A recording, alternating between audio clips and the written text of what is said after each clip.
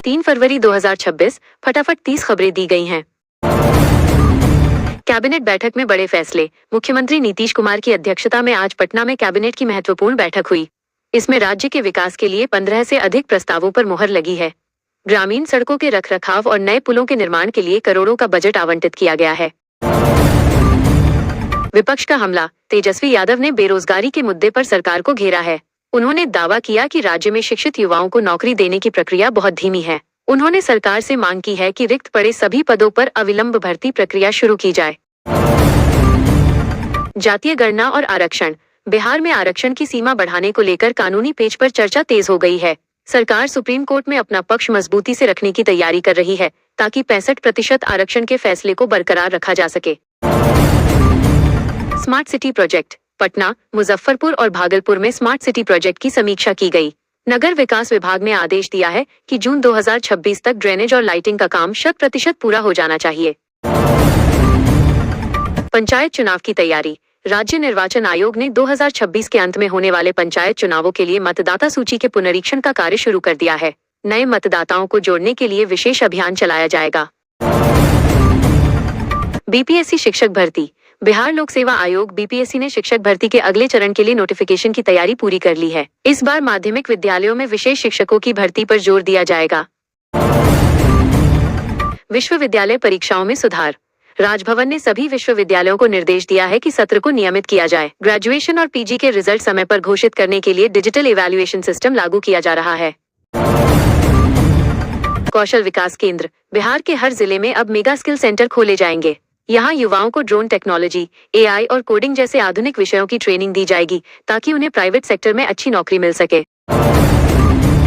छात्रवृत्ति वितरण। पिछड़ा और अति पिछड़ा वर्ग के छात्रों के लिए पोस्ट मैट्रिक छात्रवृत्ति के वितरण की प्रक्रिया तेज कर दी गई है। शिक्षा विभाग ने पोर्टल पर आए आवेदनों के सत्यापन के लिए विशेष टीमें गठित की हैं।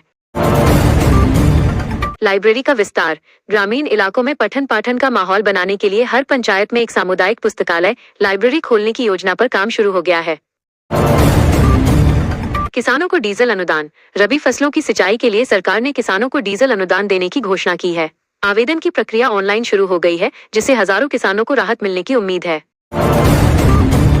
जैविक खेती को बढ़ावा। गंगा के किनारे बसे जिलों में जैविक कॉरिडोर विकसित किया जा रहा है। सरकार जैविक खाद पर 50% तक की सब्सिडी दे रही है, ताकि रसायनों का प्रयोग कम हो सके। मखाना उत्पादन में नया रिकॉर्ड। बिहार के मखाने की मांग अब विदेशों में बढ़ रही है। मिथिला क्षेत्र के मखाना उत्पादकों के लिए सरकार ने विशेष एक्सपोर्ट हब बनाने का निर्णय लिया है। हर खेत तक पानी। 7 निश्चय 2 के तहत हर खेत तक सिंचाई का पानी पहुंचाने के लिए नए नलकूप लगाए जा रहे हैं।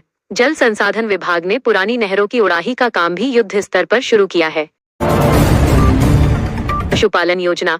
दुग्ध उत्पादन को बढ़ावा देने के लिए गव्य विकास योजना के तहत दुधारू मवेशियों की खरीद पर अनुदान दिया जा रहा है। इससे ग्रामीण अर्थव्यवस्था को मजबूती मिलेगी। पुलिस आधुनिकीकरण। बिहार पुलिस को हाईटेक बनाने के लिए नई गाड़ियां और आधुनिक हथियार मुहैया कराए जा रहे हैं। डायल 112 की सेवा को अब सुदूर ग्रामीण इलाकों तक विस्तारित किया गया है। साइबर क्राइम पर लगाम। पटना में एक विशेष साइबर सेल का गठन किया गया है, जो ऑनलाइन ठगी के मामलों की त्वरित जांच करेगा। लोगों को जागरूक करने के लिए साइबर सेनानी अभियान चलाया जा रहा है। शराबबंदी पर सख्ती। मद्य निषेध विभाग ने ड्रोन और खोजी कुत्तों की मदद से अवैध शराब के ठिकानों पर छापेमारी तेज कर दी है। सीमाओं पर सघन तलाशी अभियान चलाया जा रहा है। इस भूमि विवाद का निपटारा। जमीन से जुड़े झगड़ों को कम करने के लिए अंचल कार्यालयों में विशेष कैंप लगाए जा रहे हैं। दाखिल खारिज, म्यूटेशन की प्रक्रिया को पारदर्शी बनाने के निर्देश दिए गए हैं। ट्रैफिक नियमों में बदलाव। पटना सहित बड़े शहरों में ट्रैफिक सिग्नल तोड़ने वालों पर ऑटोमेटिक चालान सिस्टम ई चालान सख्ती से लागू कर दिया गया है। अस्पतालों की सूरत बदलेगी। जिला अस्पतालों में अब 24 घंटे पैथोलॉजी जांच की सुविधा मुफ्त मिलेगी। सरकार ने निजी लैब के साथ एमओयू साइन किया है, ताकि रिपोर्ट जल्द मिल सके। पटना में बढ़ते वायु प्रदूषण को देखते हुए पुराने कमर्शियल वाहनों पर प्रतिबंध और ई वाहनों को बढ़ावा देने की नीति पर काम हो रहा है। नल जल योजना की ऑडिट। पीएचईडी विभाग ने नल जल योजना की शिकायतों के निवारण के लिए हेल्पलाइन नंबर जारी किया है। वार्ड स्तर पर पाइपलाइनों की मरम्मत का काम शुरू किया गया है। नया एम्स। दरभंगा एम्स के निर्माण कार्य में तेजी लाने के लिए केंद्र और राज्य सरकार के बीच समन्वय बैठक हुई। इसके बनने से उत्तर बिहार के मरीजों को दिल्ली या पटना नहीं भागना पड़ेगा। वृक्षारोपण अभियान। जल जीवन हरियाली मिशन के तहत इस साल 5 करोड़ पौधे लगाने का लक्ष्य रखा गया है। इसमें स्कूली बच्चों और जीविका दीदियों की मदद ली जाएगी। Rajgir glass bridge. राजगीर में पर्यटकों की भारी भीड़ को देखते हुए सुरक्षा के पुख्ता इंतजाम किए गए हैं। जू सफारी और नेचर सफारी के टिकटों की ऑनलाइन बुकिंग को और आसान बनाया गया है। विष्णुपद मंदिर कॉरिडोर। गया के विष्णुपद मंदिर के आसपास कॉरिडोर बनाने की योजना का खाका तैयार हो गया है। इससे पितृपक्ष मेले के दौरान आने वाले तीर्थयात्रियों को बड़ी सुविधा होगी। इस बिहार डायरी 2026। राज्य सरकार ने पर्यटन कैलेंडर जारी किया है, जिसमें सोनपुर मेला, देव सूर्य महोत्सव और बोधगया महोत्सव की प्रमुख तिथियां शामिल हैं। रेलवे का विस्तार। हाजीपुर बरौनी रेलखंड पर नई ट्रेनों के परिचालन की संभावना तलाशी जा रही है। कई छोटे स्टेशनों को अमृत भारत स्टेशन योजना के तहत अपग्रेड किया जा रहा है।